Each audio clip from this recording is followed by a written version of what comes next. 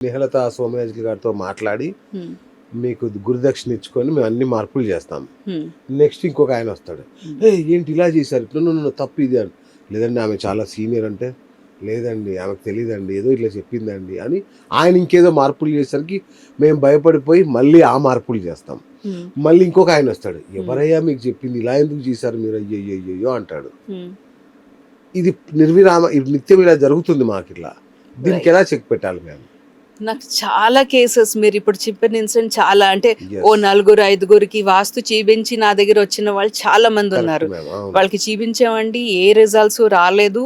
మీరు కూడా అలా అయితే మీరు అంటే మాకు భయం అనిపిస్తుంది. మీరు క్లియర్ గా లాజికల్ గా మీరు మాకు చాలా మంది భయపిస్తారండి, ఇది చేయకపోతే ఇంట్లో ఏదైనా డెత్ అయిపోతుంది, మృత్యువే, ఇదే అయిపోతుంది. చచ్చిపోతారని చెప్తారు అంతే. అవును. అలాంటివి ఏమీ కాదండి. వాస్తు సైన్స్, దాంట్లో అలాంటివి ఏవి ఉండవు.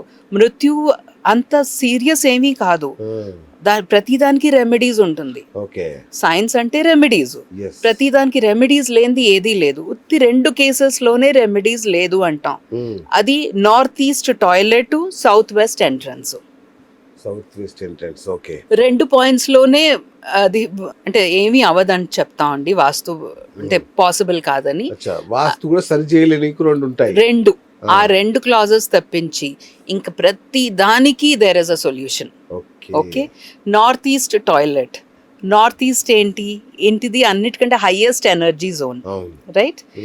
నార్త్ ఈస్ట్ లో టాయిలెట్ ఉంటే, టాయిలెట్ అంటే కమోడ్, ఇక్కడ కమోడ్ ఉంటే ఏం చేస్తుంది, ఎనర్జీస్ అంతా డ్రైన్ చేస్తుంది. మీ ఎనర్జీస్ 0 అయిపోతాయి, ఇంకా అక్కడ ఇంట్లో ఏ డిసీజ్ ఎందుకు రాకుండా ఉంటుంది, రైట్? ఇంకోటి, నార్త్ ఈస్ట్ వాస్తు పురుషుడిది హెడ్ అంటాం, బ్రెయిన్. ఓకే. సో బ్రెయిన్ లోనే మీకు ఎంత ఇంబ్యాలెన్స్ ఆఫ్ ఎనర్జీస్ ఉంటే ఏమవుతుంది, చాలా న్యూరో రిలేటెడ్ ప్రాబ్లమ్స్ వస్తుంది. చాలా మందికి సీజర్స్, ఎపిలెప్సీస్, లేకపోతే ట్యూమర్స్, క్యాన్సర్స్, ఇలాంటి వాటికి రీజన్. నా ఓన్ ఎక్స్పీరియన్స్ తోటి చాలా కేసెస్ చూసాను. దాంట్లో నార్త్ ఈస్ట్ టాయిలెట్ ఉన్న వాళ్ళకి 95% ఆఫ్ ద కేసెస్ వాళ్ళకి ట్యూమర్స్ వచ్చాయి. టాయిలెట్ అంత ఎఫెక్ట్ ఇస్తుంది. అలా కట్టుకునే వాళ్ళు కూడా ఉంటారా? చాలా. ఇంకోటి, మీరు ఈ క్వశ్చన్ అడిగితే నాకు ఇది వచ్చింది. ప్రతిదీ north east, south east, north west, south west అంటే కార్నర్స్ ఏ ఉండవండి, అది యాంగిల్స్. ఓకే. దాంతో మెజర్ చేయాలి. సపోజ్ అంటే రీసెంట్ గా ఒక ఫ్రెండ్ మాది, అంటే తనేమో ఫ్లాట్ కొనుక్కుంటుంటే she wanted me to come and see. So ఆ కేసులో చూస్తే యాంగిల్ నార్త్ ఈస్ట్ 45 డిగ్రీ, అంటే 11 degrees మైనస్ 11 degrees ప్లస్ చూస్తే that becomes your north east angle. అక్కడ ఇంటి మధ్యలో వచ్చింది, అంటే ఒక కార్నర్ రాలేదు, అంటే it's in between north and north east కదా, నార్త్ ఈస్ట్ మధ్యలో వచ్చింది. సో నేను నార్త్ ఈస్ట్లో టాయిలెట్ ఏంటండి అని అంటే, అంటే మెయిన్ బిల్డర్ ఎవరు చూపిస్తున్నా, నార్త్ ఈస్ట్ కాదండి, నార్త్ ఈస్ట్ అటువైపు ఉంది కదా, ఇక్కడ టాయిలెట్ మధ్యలో ఉందని. So they don't know. Rectangular plot అయితే మనకి కార్నర్ లో రాదు, మధ్యలో వస్తుంది. మధ్యలో అంటే ఎక్కడ డిగ్రీస్ అది. ఇప్పుడు సౌత్ ఈస్ట్ అంటే మీరు సౌత్ కి ఈస్ట్ కి మధ్యలో ఉన్న, అంటే ఆ యాంగిల్ లో ఉన్నది సౌత్ ఈస్ట్ కార్నర్ అనుకుంటా, అది కాదు. ఇది సౌత్ ఈస్ట్ కార్నర్ అంటే 123 నుంచి 147 డిగ్రీ ఉన్న ఆ గ్యాప్ ని సౌత్ ఈస్ట్ అంటాం. ఎలా మెజర్ చేస్తారు?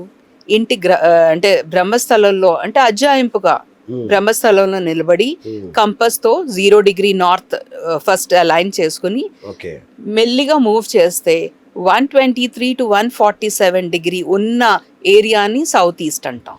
అది మధ్యలోనైనా రావచ్చు, సైడ్ నైనా రావచ్చు, అది డిపెండ్స్. మేడం ఇంకొకటి, ఇప్పుడు బిల్ గేట్స్ కానీ, వారెన్ బఫెట్ కానీ, వీళ్ళు ఎవ్వరు వాస్తు పాటించరు కదా మేడం. మనకంటే వాళ్ళే రిచ్ గా ఉన్నారు, వెల్దీగా ఉన్నారు.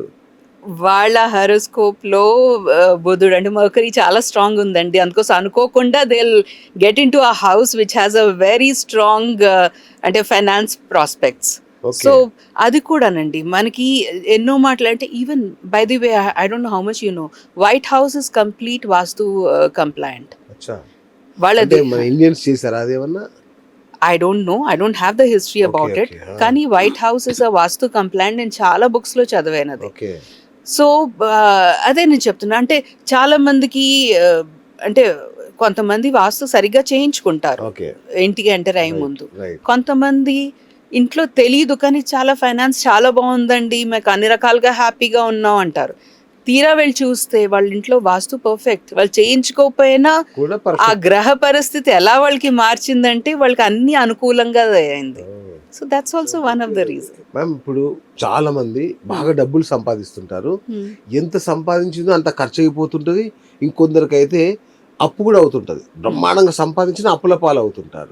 ఇదేం సిచ్యువేషన్ మ్యామ్? నేను చెప్పాను కదా, అది west is saving zone. Okay, west లో ఏదైనా ఇంబ్యాలెన్స్ ఉంటే అచ్చా, మనకి సేవింగ్స్ హ్యాంపర్ అవుతుంది. ఓ, అంటే imbalance can be colour wise, metal wrong metal use చేయడం వల్ల, రాంగ్ కలర్స్ యూస్ చేయడం వల్ల. వెస్ట్లో అంటాం ప్లాంట్స్ పెట్టకూడదని. That is why, because most of the plants are green in colour. వెస్ట్లో గ్రీన్ ఉండకూడదు, రెడ్ ఉండకూడదు వెస్ట్లో. ఓకే, ఓకే, సో అంటే దాంట్లో కాపర్ ఎలిమెంట్ ఉండకూడదు, దాంట్లో స్టీల్ ఎలిమెంట్ ఉండకూడదు. దేవుడా. సో ఇవన్నీ ఏదైనా ఉంటే ఇంబ్యాలెన్స్ క్రియేట్ అవుతుంది, ఎలిమెంట్స్ రూపంగా, కలర్స్ రూపంగా. టాయిలెట్ వచ్చినా ఇలాంటివి ఎన్నో ఉంటాయండి. అవన్నీ చూసుకుని అన్ని పర్ఫెక్ట్ గా ఉందో లేదో చూస్తాం. అది బ్యాలెన్స్ కాకపోతే చిన్న చిన్న రెమెడీస్తో అది చేయొచ్చు. ఇంకొకటి మేము ఆఫీసులలో చాలా ఆఫీసులలో స్టాఫ్ ఉండరు, 2-3 నెలలు కాగానే వెళ్ళిపోతా ఉంటారు. చాలా కంపెనీలు మూతపడతాయి కూడా. ఇప్పుడు రెస్టారెంట్స్ కొన్ని చూసాను నేను, పాపం మంచిగా స్టార్టింగ్ లో అద్భుతంగా పెడతారు, మూసేస్తారు. ఏమైంది అంటే స్టాఫ్ దొరకట్లేదండి అంటారు. వాడు ఇచ్చిన 1-2 months లో వెళ్ళిపోతున్నాడు అండి అంటారు. దీనికి ఏమన్నా వాస్తు రిలేటెడ్ పరిష్కారం ఉంటుందా అండి? ఉన్నది, ఓ సూపర్. దానికి ఉందండి. ఓకే, ఒక జోన్ ఉందండి, ఈస్ట్ సౌత్ ఈస్ట్ అని. East south east? East south east అంటే ఈస్ట్ కి సౌత్ ఈస్ట్ కి మధ్యన జోన్ అది. East south east churning zone అంటారు. అంటే ఇక్కడ మనుషులు బెడ్ ఉన్నా, లేకపోతే ఇక్కడ మనుషులు అస్తమానం కూర్చున్నా అత్యధికంగా ఆలోచించడం మొదలెడతారు, ఓవర్ అనలిటికల్ అయిపోతారు వాళ్ళు. సో అది ఇంబ్యాలెన్స్ గా ఉన్నా, ఈస్ట్ సౌత్ ఈస్ట్ ఏ ఆఫీస్ లోనా ఇంబ్యాలెన్స్ గా ఉన్నా, అక్కడ ఎంప్లాయీస్ చాలా ఓవర్గా ఆలోచించి ఇది సరిగ్గా లేదేమో, అది సరిగ్గా లేదేమో, అలాంటి డౌట్స్తో ఉండి, that is one reason. Second zone is north west.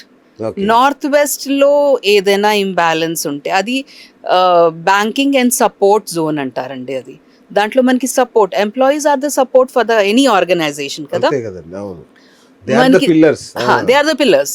So మనకి నార్త్ వెస్ట్లో ఏదైనా ఇంబ్యాలెన్స్ వస్తే ఎంప్లాయీస్ మనని వదిలేస్తారు. అంటే దే ఫీల్ దట్ ఓకే, ఆ సపోర్ట్ ఫ్యాక్టర్ మనకి పోతుంది. ఇంబ్యాలెన్స్ ఎలా అవుతుంది? ఒక డోర్, చాలా మంది, అంటే ఇంకో ఇన్సిడెంట్ చెప్తాను దీనికి రిలేటెడ్. ఒకటి నార్త్ వెస్ట్ లో చెప్పాను కదా, అది టాయిలెట్ వస్తే అక్కడ సపోర్ట్ సిస్టమ్ పాడైపోతుంది. రెండోది, డోర్ ఏదైనా ఓపెన్ చేస్తే, నార్త్ వెస్ట్ లో ఒక డోర్ వచ్చింది అనుకోండి, మీకు మేబీ బయటకు వెళ్ళి అవుట్లెట్ డోర్ అయినా లేకపోతే మెయిన్ డోర్ అయినా నార్త్ వెస్ట్ లో వచ్చినా అదొక ఇంబ్యాలెన్స్. దాని నుంచి కోర్ట్ కేసెస్ రావడం, దాని నుంచి సపోర్ట్ సిస్టమ్ పాడైపోయి ఇలాంటి ప్రాబ్లమ్స్ చాలా వస్తాయి. సో ఏ ప్రాబ్లం ఉందో మనం చూసుకోవాలి. మెయిన్గా ఎంప్లాయీస్ వదిలే రీజన్ నార్త్ వెస్ట్ ఇంబ్యాలెన్స్ ఉండడం, ఈస్ట్ సౌత్ ఈస్ట్లో ఓవర్ థింకింగ్ పెరగడం, ఇంకా సౌత్ ఈస్ట్ ఫైనాన్స్. చాలా మంది కంపెనీస్కి ఫైనాన్స్ పాడైపోతే ఎంప్లాయీస్ అలాగే వదిలేస్తారు. సో ఈ రీజన్స్ అన్నీ మనం కరెక్ట్ చేసుకుని వస్తే ఎంప్లాయీస్ ఇంకా, అంటే మీరు వద్దు వెళ్ళిపోండి అన్నా they will prefer staying in that place. ఇంకోటి మేడం, ఇంకొన్ని కంపెనీలలో మెషినరీ ఉంటుంది, మెషినరీ బేస్డ్ కంపెనీస్లలో మెషినరీ ఎప్పుడు పాడైపోవడం, ఏదో ఒక సమస్య వచ్చి ఆగిపోవడం, ప్రొడక్షన్ ఆగిపోవడం, ఇట్లాంటివి జరుగుతుంటాయి కదా. దీనికి ఏ దిశలో లోపం ఉన్నట్టు మేడం? ఒక జోన్ ఉందండి, సౌత్ వెస్ట్. అంటే సౌత్కి సౌత్ వెస్ట్కి మధ్యన ఉన్న జోన్ అది. ఇది వేస్టేజ్ జోన్ అంటారు. దీంట్లో ఏదైనా ఎనర్జీస్ డిప్లీట్ అయిపోతుంది. ఈ జోన్లో ఏదైనా మెషినరీస్ పెట్టామనుకోండి, ఎనర్జీస్ డిప్లీట్ అయిపోయి అది ఫంక్షన్ సరిగ్గా చేయదు. దాని నుంచి కంపెనీకి నష్టం వస్తుంది. Okay, even I tell you, మీరు మీ వ్యాలెట్ అక్కడ పెట్టినా మీ వ్యాలెట్లో ఎక్కువ డబ్బు ఉండదు, ఎప్పుడు అది వేస్ట్ అయిపోతుంది.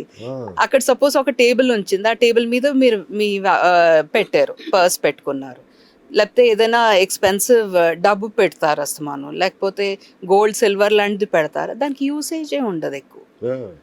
ఈవెన్ వార్డ్రోబ్ లో డ్రెస్సెస్ కూడా అక్కడ ఉంటే దానికి యూసేజ్ ఉండదు.